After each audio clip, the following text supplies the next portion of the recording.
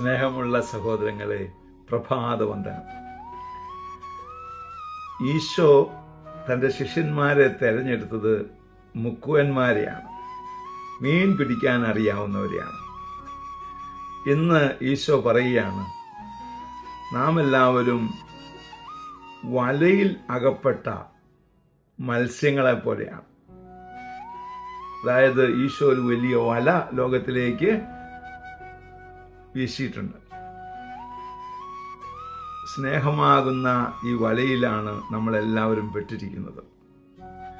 എന്നിട്ട് ഉപമ പറയുകയാണ്, മുക്കുവൻ ഈ വല വലിച്ചു കയറ്റും, എന്നിട്ട് നല്ലതിനെ എടുത്ത് ബക്കറ്റിലാക്കും, മോശമുള്ളതിനെ ദൂരേക്ക് വലിച്ചെറിയും. ഈശോയും ശിഷ്യന്മാരും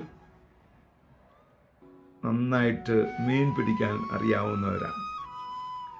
നമ്മളോടും പറഞ്ഞത് അങ്ങനെയാണ്, വരൂ ഞാൻ നിങ്ങളെ മനുഷ്യരെ പിടിക്കുന്നവരാക്കാം എന്നാണ് ഈശോ പറഞ്ഞത്.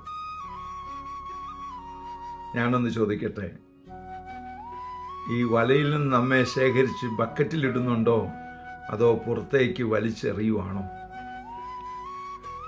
നമുക്കൊന്ന് ചിന്തിക്കാം. ഈശോയെ, നീ വിരിച്ചിരിക്കുന്ന ഈ വലയിൽ ആയിരിക്കുവാനും ആ വലയിൽ നിന്ന് നീ എടുത്ത് ഉപയോഗിക്കുവാനും തക്കവിധം എൻ്റെ ജീവിതത്തെ ക്രമപ്പെടുത്തണമേ. അതിനുള്ള കൃപയ്ക്കായി പ്രാർത്ഥിക്കാം. പരിശുദ്ധ അമ്മയെ സഹായിക്കണേ.